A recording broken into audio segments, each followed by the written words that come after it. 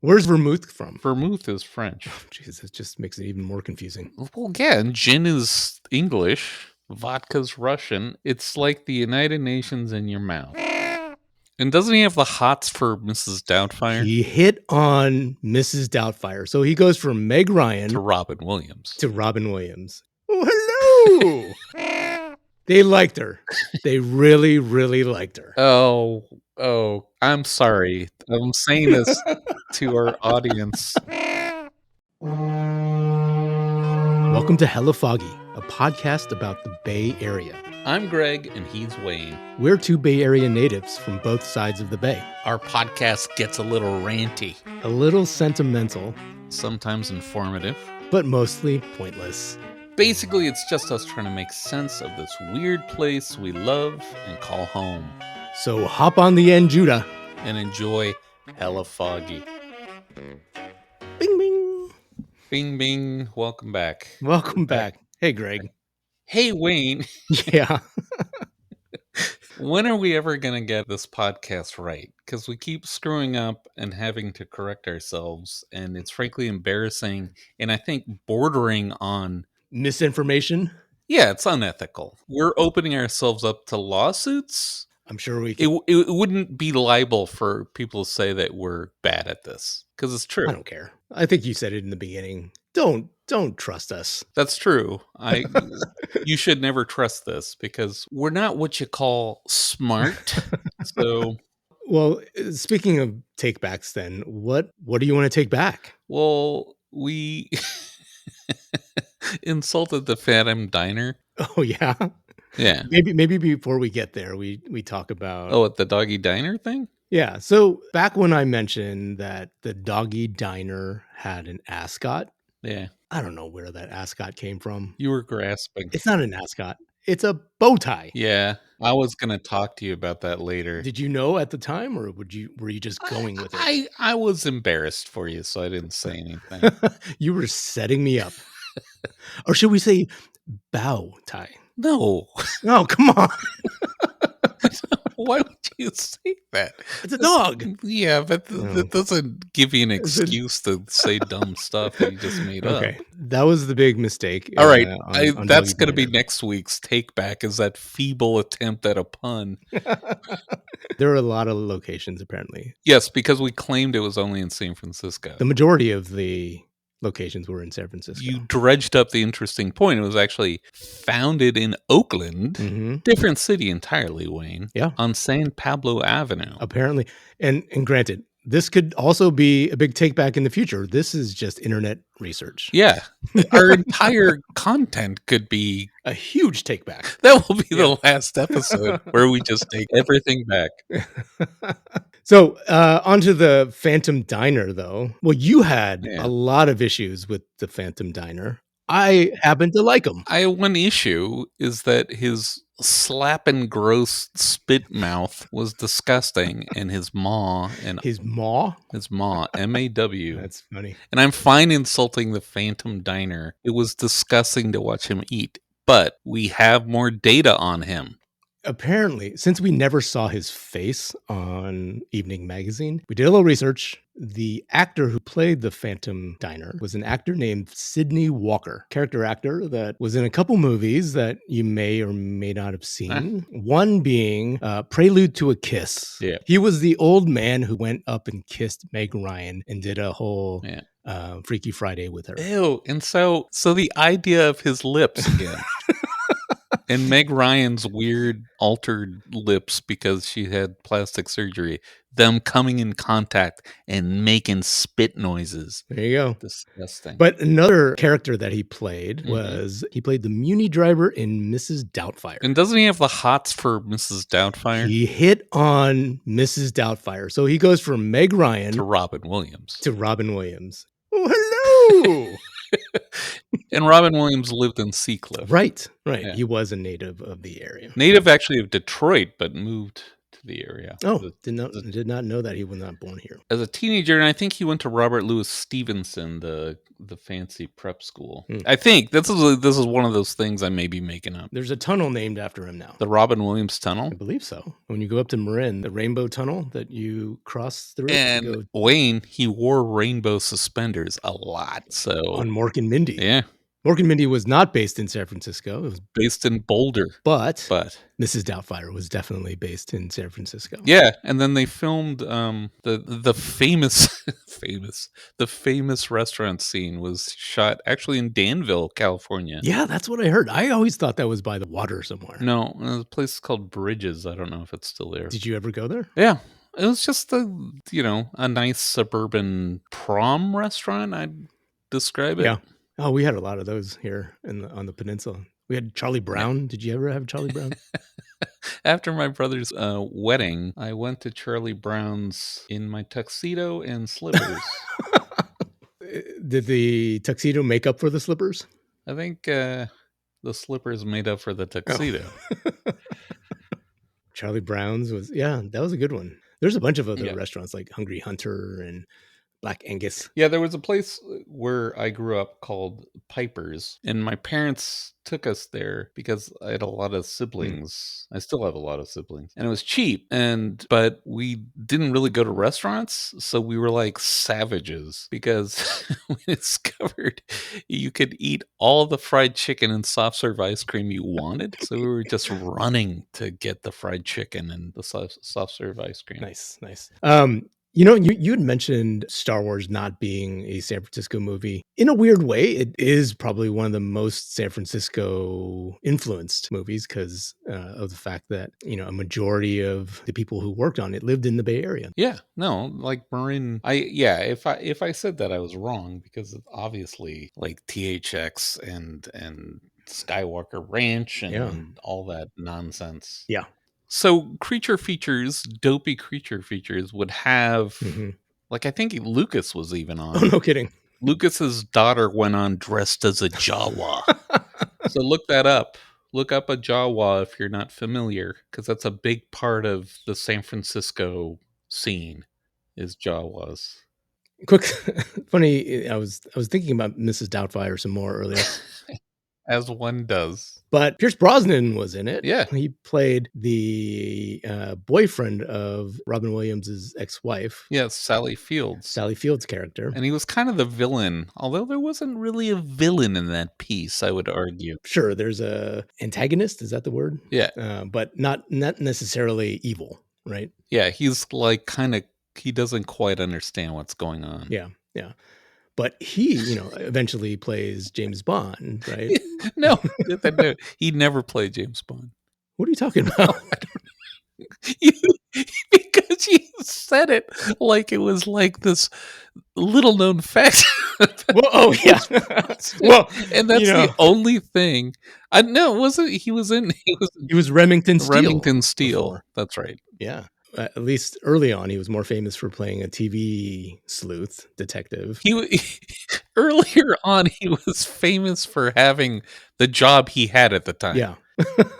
And then I remember there was an issue because he kept trying to get out of his contract. He's looked at for James Bond a lot earlier. Yeah. Because of that, who's the guy after Roger Moore? Oh, Timothy Dalton. I saw him at LAX one. He's a gorilla. That dude is huge. What do you mean? Like he's a giant man. He's like, he was probably like 6'4". He's just like this giant burly man. Oh, wow. And it doesn't come across in James Bond stuff, but he's this huge bastard. But San Francisco was also the setting for A View to a Kill. Is that the one with Grace Jones? Yeah, Grace Jones, and it was I think it was Roger Moore's last James Bond movie. Yeah, and then by that time, Roger Moore just looked puffy and tired. And he was a lot older too. Yeah, it's funny because I think the premise had something to do with like Silicon Valley. The villain, I forget, was it Christopher Walken or something? Yeah, Christopher Walken. He wanted to blow up the San Andreas Fault and activate earthquake to flood Silicon Valley. Because that's what evil people do. That's what would happen. We wouldn't have Facebook anymore if that were the case. Can we talk about how the villains in James Bond movies always have the dumbest plots that make no sense? Like going all the way back to Dr. No with Auric Goldfinger is going to radiate. He's going to radiate Fort Knox for whatever reason. I don't know. And what happens if you radiate? Like, who gives a crap if you radiate gold? Like, what is but so I guess we're talking about a theme is evolving, Wayne, where we're talking about Sounds like it.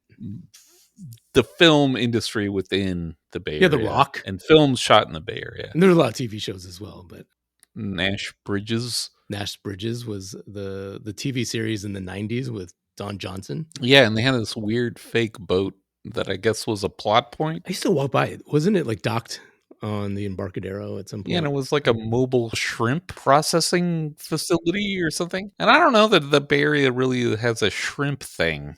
No. Especially not the Bay. And then, my favorite Bay Area movie, in terms of how it depicts the Bay Area, is The Rock. Not that you keep bringing up The Rock, Wayne. Welcome to The Rock. Welcome to The Rock.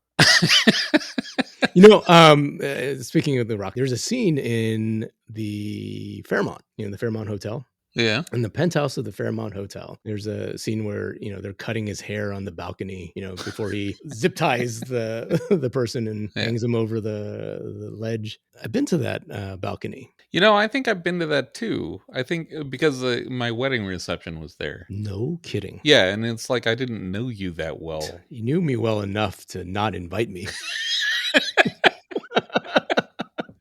I guess then I know like the majority of the population on Earth that well because they weren't invited either. I think I had known you for like 3 weeks before you got married. Yeah.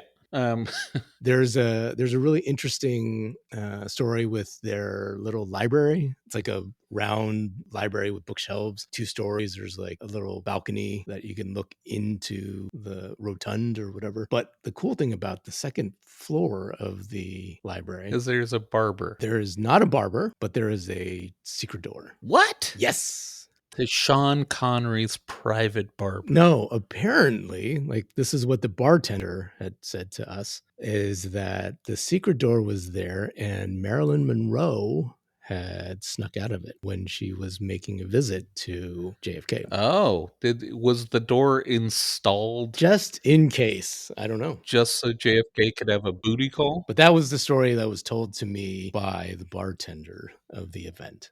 I don't know if it's true. I have not looked it up. I have not verified, nor have I confirmed the validity of that story. So Marilyn Monroe has a connection to the town I'm currently living in, which is Martinez, because Joe DiMaggio at least lived in Martinez. I don't know.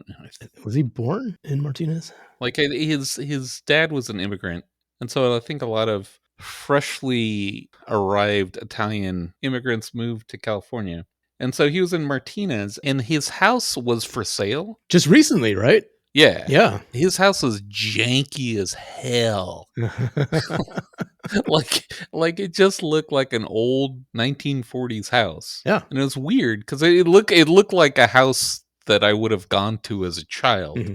Like it's just this weird lower middle class. Well, athletes didn't make a lot of money back then, though. Maybe Maryland did. But he was Joe DiMaggio. If nothing else, he was probably a greeter at some restaurant in San Francisco or something. He played for the San Francisco Seals, I believe.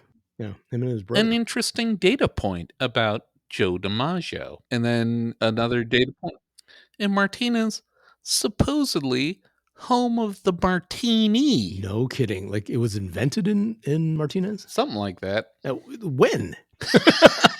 I feel like the martini's been around for ages. Well, it was, and it seems crazy because why? What bar in Martinez could possibly influence the entire world? And it's one of those things where there's a couple places that claim to be the home of the martini, mm-hmm. and then why call it the martini if it's from Martinez? Call it the Martinez. All right, yeah, that would have been just as good. Why go from Spanish to Italian? I don't know. Where's vermouth from? Vermouth is French. Jeez, it just makes it even more confusing. Well, yeah, and gin is English. Vodka's Russian. It's like the United Nations in your mouth. Ooh, okay. Martini. Hey, martinis. What? The drink of James Bond. Oh, weird. This is freaky. Who's also in love with Mrs. Doubtfire. No. Um, They were in love with the same woman, Sally Fields. Sally Fields. They liked her. They really, really liked her. Oh, I'm sorry. I'm saying this to our audience. That was Wayne. Wayne, you're stepping off the reservation a little bit when you say crap like that. And but the Bay Area movie that I think is like does the best job depicting the Bay Area in the 70s is Zodiac. Zodiac, the one with Gyllenhaal. Yeah, and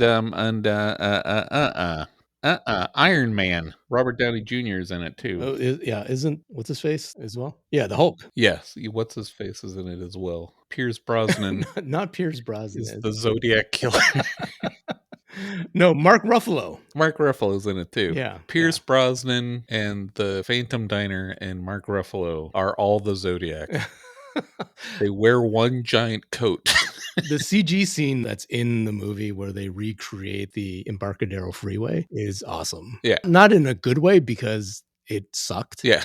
The Embarcadero Freeway did. The Embarcadero Freeway really was an eyesore, but it is very like nostalgic to see it in the context of the movie. Right. But also what I appreciated about it is it depicted not hippie San Francisco, which I think you see a lot of depictions of the Bay Area through the context of like, well, gosh, there were a lot of hippies there, but there were ordinary people too. It's kind of crazy, like, because my parents were here during that time when the Zodiac was active. So it's always kind of terrifying to think. Interesting. So you're saying that your parents were the Zodiac?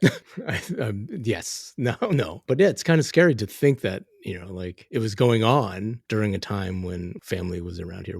Were your parents in the Bay Area during the 60s? Oh, yeah. My dad grew up in the Bay Area. Oh, okay. And I vaguely, as a little kid, and maybe I'm making this up because I would have been like 3 or something, but I have vague, like, there was something called the Zodiac. Yeah, the Zodiac was always in the lexicon of things, right? The other one was the Night Stalker. Richard Ramirez. Yeah, and that was freaky because they talked about him climbing into windows, right? Yeah, and that was the one, we would have been teenagers at the time. So I was still at the peak of that kind of teenager paranoia. So I thought he was coming. And the thing is like he was supposed to be satanic and stuff. But then he liked the most basic kind of heavy metal. So he liked like AC/DC, which is, they're not satanic, they're Australian.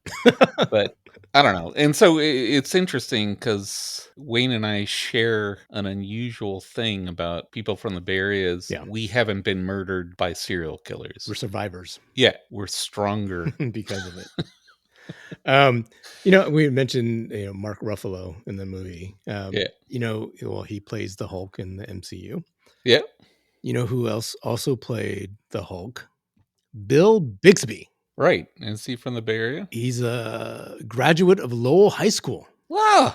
There you go. Lowell is like the fancy academic brainiac high school. Yeah, it's the Stanford of all high schools in the Bay Area. Yep. Public schools. Yeah. Right? Yeah, it was a public school, but it was like, did you go to, somebody we know went to Lowell? The wife did. Oh. Well, that's very fancy. It is very fancy. But also, I want to say the Ang Lee Hulk was filmed in San Francisco. Oh, yeah.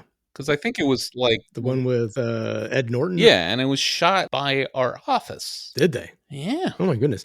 There's San Francisco does get a lot of play. I feel like every monster movie or catastrophic event has always depicted San Francisco in ruins. From the X-Men to Godzilla to Star Trek. For God's sake, right? Hitchcock. Oh, Hitchcock maybe started it, right? Yeah. Starfleet Academy is in San Francisco. That's cheesy. That's cheesy? It's nerdy more than cheesy. Are you, as a Star Wars weirdo, are you cool with Star Trek? I am cool with Star Trek. I enjoy it as a separate thing. They're not, absolutely not very similar at all. I mean, Star Trek's more based in Earth reality. Now, as I say that, it sounds ridiculous. But, speaking of Star Trek, I believe 3 was filmed here, where they had to save the whale, Yeah. right? Where Leonard Nimoy and William Shatner like ride a muni bus or something. Yeah, and Spock has like brain damage or something. Oh, does he?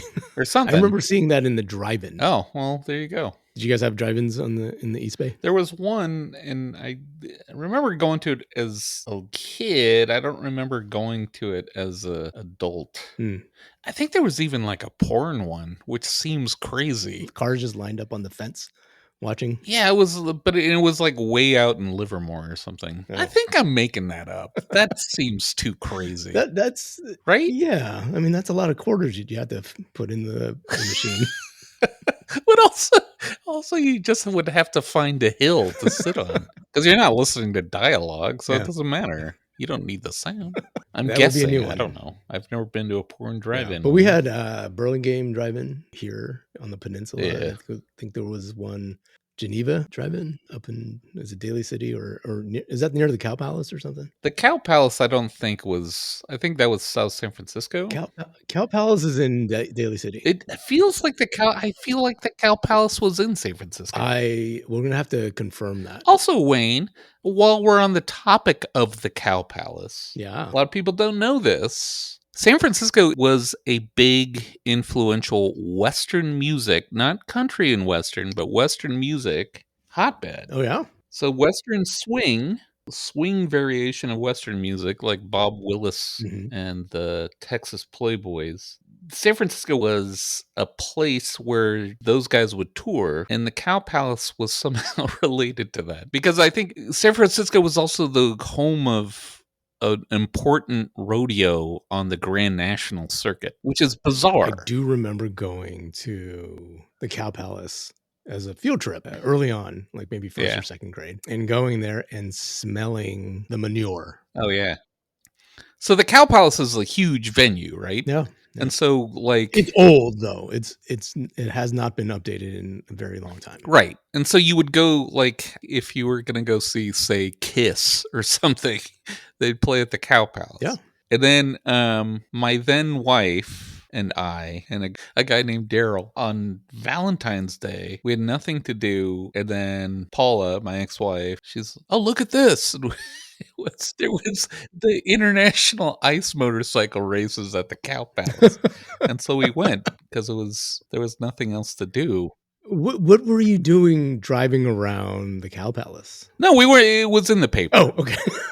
And so we went to the ice motorcycle races, and it was the Olympics of ice motorcycle racing. And so they had people from Scandinavia, and then have that in Minnesota or something. Like, don't have it in a place that doesn't snow or freeze. We have to make ice. No, and there was an ice skating rink there. Like, I think there was like a IHL team at the time called the Spiders. And IHL, right? Played in the Cow Palace, I believe. Like, there were other events there too. Like, besides that event, like the Ice Capades may have gone there. That was the only one. And I think there was a Democratic convention there. The DNC was in, I think, Moscone, though. No, but like in the 50s, there was that long ago. Okay. Yeah. Yeah, I know. I think it was the Mondale year was in Moscone. That was what, 84 or something. I think you're right. So back to movies and shows. There are a lot of TV shows based in San Francisco as well, like Too Close for Comfort. Right. Remember that one? My 8 Dads or whatever that show was with Bob Saget. Oh, Full House. Full House. I don't know. They're all the same. There's Full House. There was Party of Five. The Streets of San Francisco was one. There's got to be more, but Hotel. Speaking of the Fairmont Hotel, was that is a deep cut. It was it, right? I mean, it was about the Fairmont, and the James Brolin was in it, right? Yeah. I guess back to the MCU. Thanos' dad, right? Yeah. Well. Okay. It's all connected somehow. Hotel. God, what else was there in the city? And then the show with Ted Knight. What was that? Yeah, Too Close for Comfort. Yeah, Too Close for Comfort with Jim J. Bullock. Jim J. Bullock. Between him and Alf, like, I feel like those two were the most frequently used people on Hollywood squares. I'll take Alf for the win. That is wild.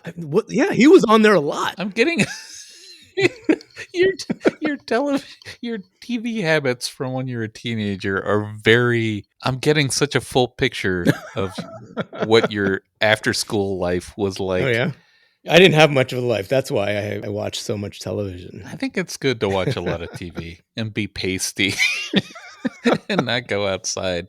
I think there's benefits to that. Yeah, I guess so. God, what else? There must have been more. Oh, but a movie which is a little obscure was Freebie and the Bean with Alan Arkin and James Caan. And it was shot, I think, Oh, yeah. right around the time the Embarcadero was being built. And it's a movie that has not aged well because it was like they were hothead cops. And it was a comedy, and the antagonist was a gay serial killer who was a cross-dresser or something. So it's just kind of Oh, geez. not where we need to be as a nation. Alan Arkin, is he still around? I think he died a couple years ago. He's my favorite though.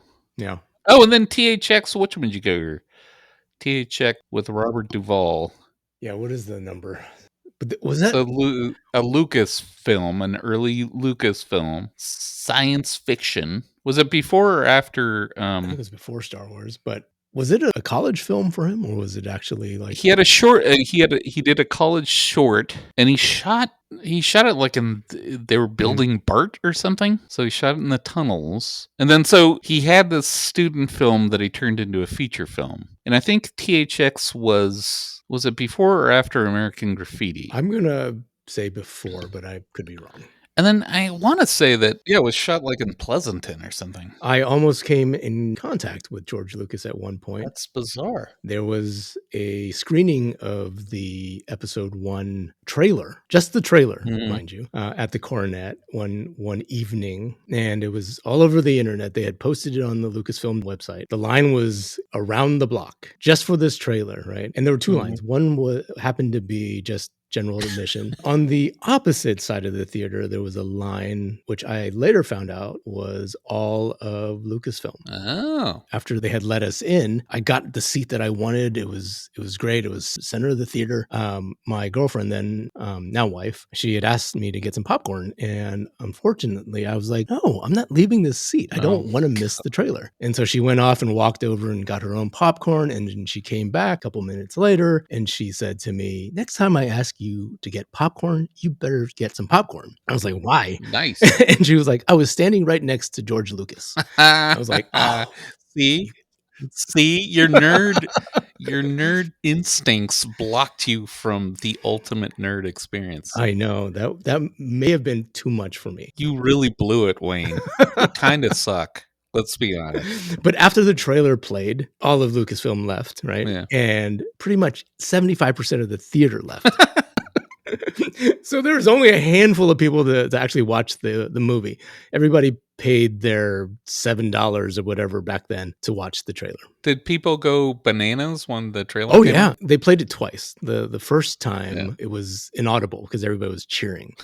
And then they actually played it again, which was awesome. So it's weird because the trailer was better than the movie, unfortunately, but it was probably one of the most anticipated movies in all the 90s, I would say. I love trailers. Yeah. I think they're their own thing. They're their own art form. Yeah. Like we could spend more time talking about Sydney Walker's career. I was blown away by Sydney Walker. I was joking. Let's not talk about Sydney.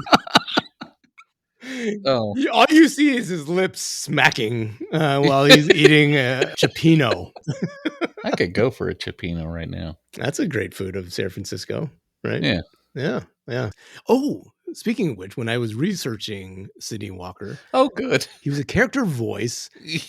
A character voice in Ewoks or Endor, Battle for Endor. Oh, good. It just said he was the voice of somebody. Oh, he was Joe Endor, wasn't he? Joe Endor. Yeah. Hey, you Ewoks. I'm closing up my junk shop for the night. You Ewoks behave. I'm secretly visiting this tree bistro. Today, we've had the longest conversation anyone has had about Sydney Walker outside Sydney Walker's family. Since 1994. What a fascinating episode this is. Yeah. I hope we're just blowing people's minds with our poorly remembered trivia about nonsense. Why can't you guys think of anything after 2010? It's kind of true. Like my son talks about, oh, this is so 2015. It's like, I don't even know what that means. It's like the last 20 years were just a blur. Yeah, it's just everything's the We same. don't remember anything. Everything post internet is just like, what? My memory's just hella foggy. Oh, wow. Did I just sneak that in? Wayne, that was ugly. That was that was an assault. Assault is a poor attempt at transitioning off the show. Are we winding it up now? Let's wind it up. I wind it down. Hey, but we should remind people, the audience, if we haven't lost everybody by this point, like and subscribe, because absolutely, I think that's good. Yeah, if you enjoyed this podcast, and if you're enjoying this, Greg and I just chatting about nostalgia nonsense. Yeah, like and subscribe. Yeah, we are on Spotify, Apple Podcasts, YouTube Music, as well as Amazon Music. So subscribe to any of those podcast forms. We appreciate you listening. And if you like and subscribe, little surprise for you, Wayne will kiss you. Yes, just like a banana slug. On the cheek, but he'll kiss you. Chaste. It's very chaste, but still, he's going to kiss you. All right. So like and subscribe, and Wayne will kiss you. Deej Werrick. I just found it. What? Sydney Walker's name was Deej Werrick. Your wife is a very lucky woman.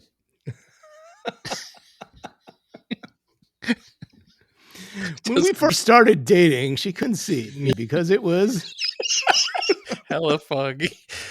Here's my contribution to the endless Star Wars nonsense. I dated a woman who actually went to Skywalker Ranch Christmas party or something. Oh, lucky for her. And she danced with George Lucas. Oh, yeah. And also, my sister worked at Skywalker Ranch. Oh, yeah. Did you ever go take a tour then? No. I took a tour. Well, good for you, Wayne. Oh, that is good for you, Wayne. All right, Greg. Hella foggy. Like and subscribe. Wayne will kiss you. All right. Take care, Greg. See you next time. Thanks, everybody. Bye. Bye.